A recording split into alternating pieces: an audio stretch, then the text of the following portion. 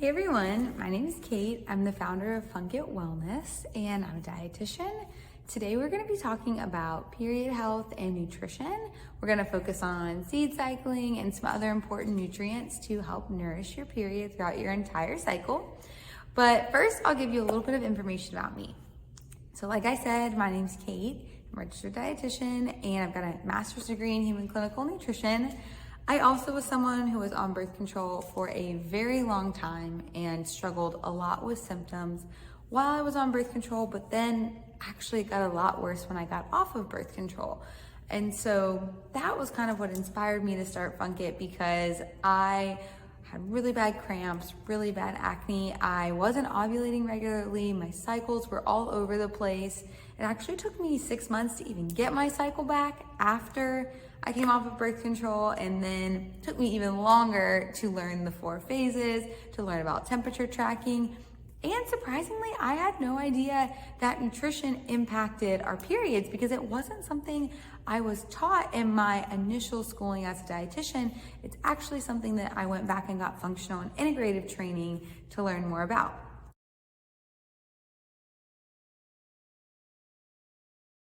Before we talk about seed cycling, it's really important to understand the 4 phases of your menstrual cycle. So have our handy dandy chart. This is my absolute favorite chart to explain this. And before we get started, I want to touch on the fact that not everyone's cycle is exactly 28 days. This is just for averages. I actually ovulate on day 18 and I've got a 30-day cycle. So just for averages here. So the very first we're going to talk about is menstruation. And so this is going to be your physical bleed, but your menstrual cycle is not the same thing as your period. They are 2 different things. Your period is just a piece of your menstrual cycle. So this is when your hormones are the lowest, when you're actually on your period and bleeding. Then after you finish bleeding, you go into your follicular phase. Your follicular phase is going to be when estrogen starts rising again. People describe it as spring. They describe the menstrual phase as winter and the follicular phase as spring. And so as you enter your follicular phase here, estrogen's rising, follicle stimulating hormone is rising. Everything is getting you ready for ovulation. And this is a great time too for you have more insulin sensitivity in this phase. So really awesome complex carbohydrates, getting more energetic exercise, trying new things, leading us to ovulation, which ovulation is actually going to be the main event of your cycle. And so a lot of us think as our period as our main event because we can see it, but ovulation is going to be your main event here because this is when the egg's actually released and this is going to be your fertile window as well. So, before and then the 24 hours after, that's going to be your fertile window for ovulation. Once LH spikes right around here, that's when ovulation is going to occur. And then if the egg's not fertilized, it dissolves within 24 hours.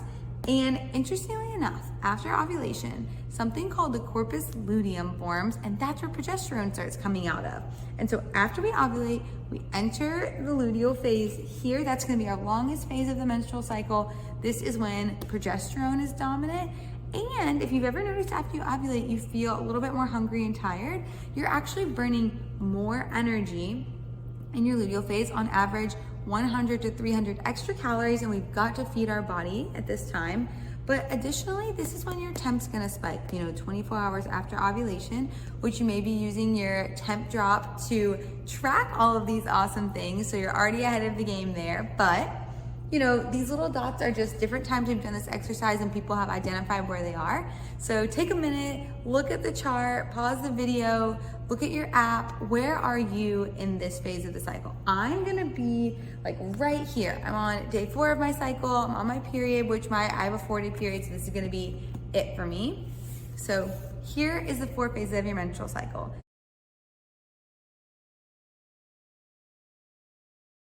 So before we jump into what do I eat when in my cycle and how does that work with nutrition, let's go over PMS. And so PMS has a really negative connotation, but what it is premenstrual syndrome.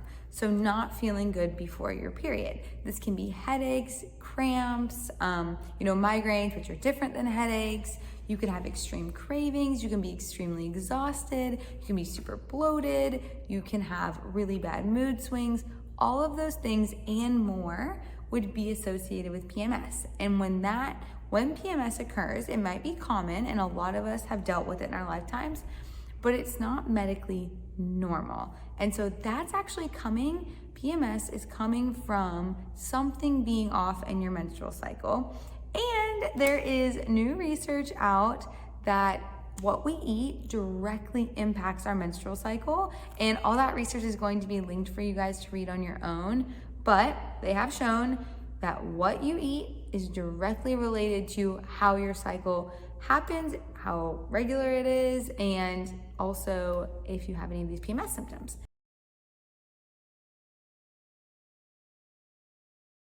So when you're on your period, we're going to be talking a lot about inflammation. So on the first day of your cycle, your physical bleed, I like to tell people to focus on probiotic-rich foods that are going to be good for your gut and support your gut health. Also, omega-3 fatty acid-rich foods like salmon, flaxseed, they're going to be good for supporting inflammation. Soothing teas are really underrated, so like ginger tea, chamomile tea, peppermint tea. You're also going to want to focus on replacing iron. So iron is going to be very important. We're losing a lot of blood here, and then pairing that with B12 and vitamin K as well. So vitamin K, iron, and B12 all kind of work together to replenish your blood supply. In the follicular phase, you actually have higher insulin sensitivity. And so what that means is your body is really good at processing those complex carbohydrates and fiber that your body needs and craves. So fruits, veggies, whole grains, sweet potatoes, always one that really comes to mind I love in this phase. But you also want to continue to focus on foods that help metabolize estrogen. Because like we said, it's like a relay race. You're handing off the baton at each phase of the cycle. And at the end of this phase, we're going to be able to hand the baton off estrogen to progesterone. So we want to make sure we have good estrogen balance. So phytoestrogen-rich foods like flax seeds can be really important here. Additionally, kimchi is really good for this phase. And you can also do any kind of cruciferous vegetables. So kale, broccoli sprouts, actual broccoli, cauliflower, any kind of sprout, going to be great for this phase.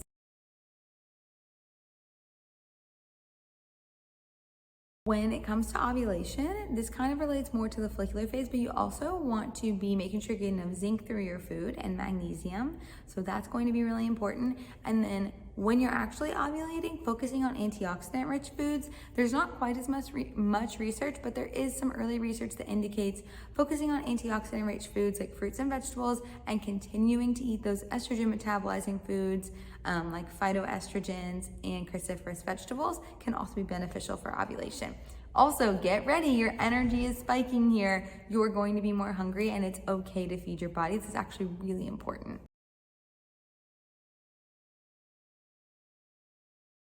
So now we've entered our luteal phase, which can be associated with PMS, but like we talked about, how we're going to eat throughout our entire cycle can support that. So number one, we are going to focus on foods that support serotonin.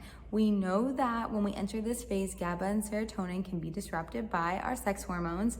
So we're going to do this through food. Foods that support serotonin can be salmon, which seems to be really helpful, along with nuts and seeds. Seed cycling, we'll get into it. Magnesium, again, nuts and seeds, dark chocolate, beans and legumes, very important. Magnesium also supports mood, key here. And vitamin E and vitamin B6. So vitamin E rich foods could be like sunflower seeds and foods that have B6 in them. Again, nuts and seeds, but you've got lots of other ones like greens, poultry, meat, and dairy. Also in your luteal phase, you want to focus on increasing protein. So like we said, you are burning more fuel in this phase, you need more energy. Focusing on protein-rich foods can help stabilize your blood sugar. We know protein's not absorbed or broken down as well in this phase, so making sure we're increasing it slightly can really help with that fatigue and energy and mood.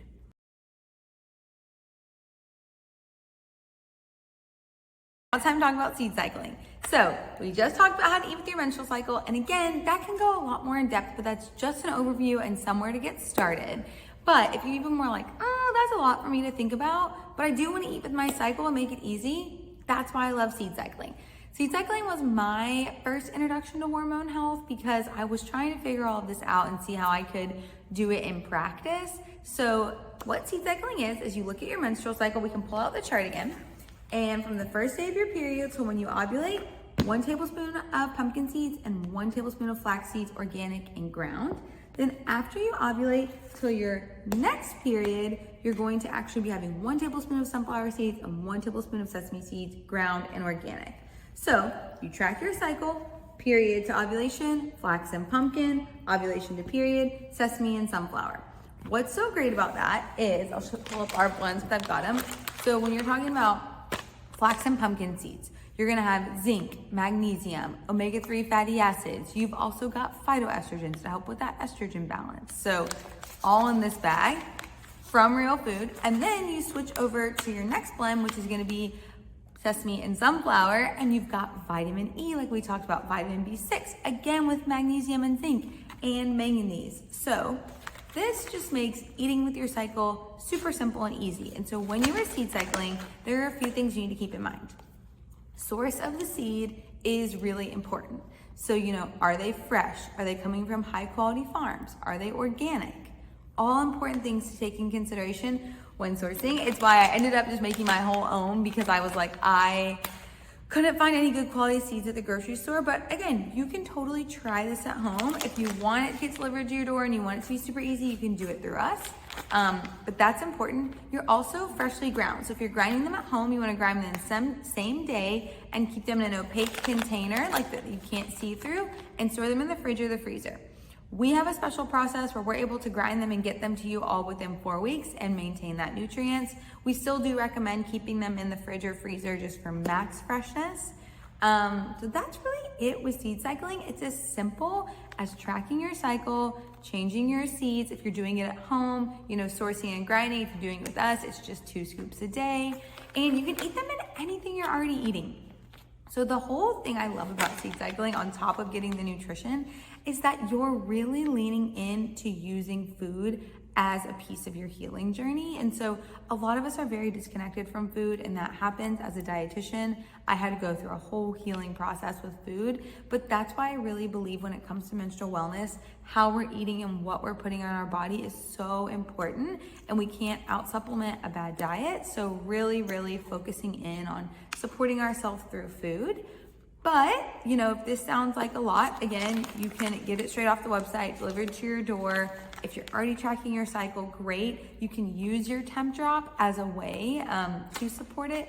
And a lot of people use this for, menstrual regularity and support. They use it for decreasing mood swings. The mood swings and breast tenderness we hear in the first month. Seed cycling does take 3 months to fully work, so 3 cycles.